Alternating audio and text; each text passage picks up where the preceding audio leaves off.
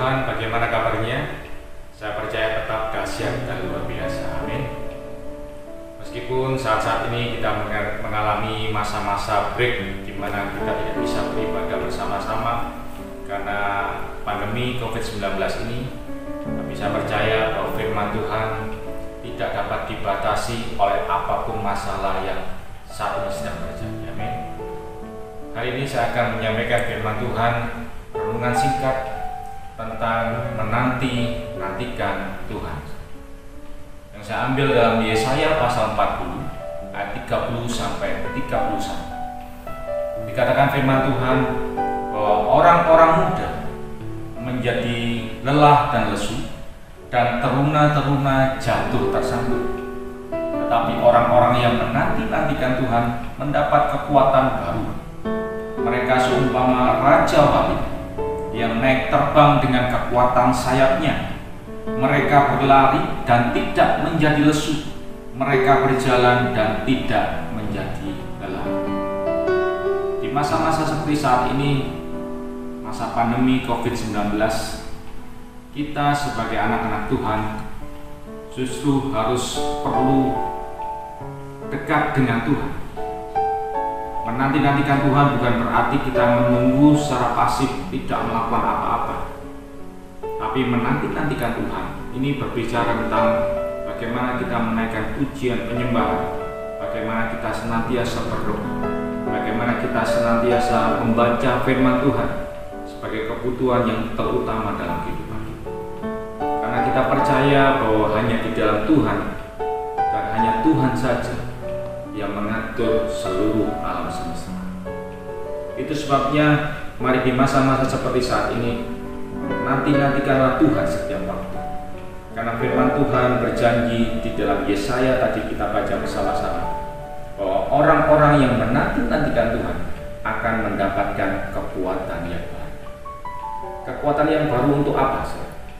Yang pertama, orang itu akan menjadi orang yang dapat tetap tenang, tidak panik apapun masalah yang dihadapi. Digambarkan dalam Yesaya tadi, digambarkan seperti seekor raja wali yang meskipun ada badai, raja wali akan dapat tetap tenang, dan bahkan seekor raja wali dapat terbang lebih tinggi ketika ada badai yang menghadang dia. Jadi orang yang demikian tidak akan pernah takut meskipun dia berjalan sendiri, karena dia percaya bahwa ada Allah di dalam hidup.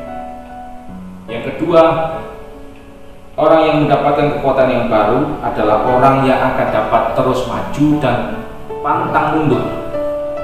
1 Korintus 2 ayat yang kelima dikatakan bahwa supaya iman kamu jangan bergantung pada hikmat manusia, tetapi pada kekuatan Allah.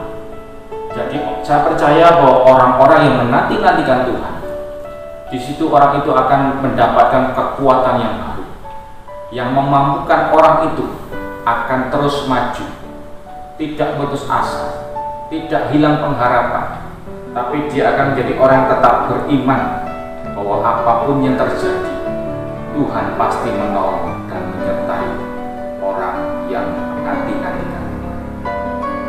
Yang kedua, yang ketiga, orang yang mendapatkan kekuatan yang baru ketika dia menanti-nantikan Tuhan. Yang ketiga, dia akan menjadi orang yang selalu dapat mengucap syukur. Dalam 1 Tesalonika 5 ayat 18 dikatakan firman Tuhan, mengucap syukurlah dalam segala hal, karena itulah yang dikehendaki Allah di dalam Kristus Yesus bagi kamu. Jadi orang yang mendapatkan kekuatan yang baru ketika dia menanti-nantikan Tuhan, orang itu akan dapat selalu mengucap syukur. Dan saya percaya orang yang bersyukur kepada Tuhan akan memiliki pola pikir seperti apa yang firman Tuhan katakan, bahwa apapun yang terjadi, semuanya itu mendatangkan kebaikan bagi orang-orang yang mengasihi Tuhan. Amin. Karena itu, melalui renungan firman Tuhan pada hari ini, di masa-masa seperti saat ini, mari kita terus menanti-nantikan Tuhan dengan terus menaikkan pujian penyembahan, terus berdoa kepada Tuhan dan membaca firman Tuhan. Ada satu kalimat yang memberkati saya, di mana saya baca ini dalam satu story dari WhatsApp teman saya. Dikatakan bahwa demikian, ketika saya membaca berita, semuanya tampak di luar kendali. Tapi ketika saya membaca Alkitab, saya tahu bahwa segala sesuatunya ada di dalam kendali Allah. Amin. Itu sebabnya mari sekali lagi nantikan Tuhan. Karena firman Tuhan pasti ya dan amin. Orang yang menantikan Tuhan pasti akan mendapatkan kekuatan yang baru. Dia akan tetap tenang, tidak panik. Dia akan menjadi orang yang dapat terus maju, pantang mundur, tidak putus asa, tidak hilang pengharapan. Bahkan dia tetap beriman bahwa Tuhan pasti menyertai. Dan orang demikian akan selalu mengucap syukur bahwa apapun yang terjadi, Tuhan Yesus tetap baik, dulu, sekarang, dan sampai selamanya. Amin. Kiranya firman Tuhan menjadi berkat bagi kita semuanya. Tuhan Yesus memberkati kita semua.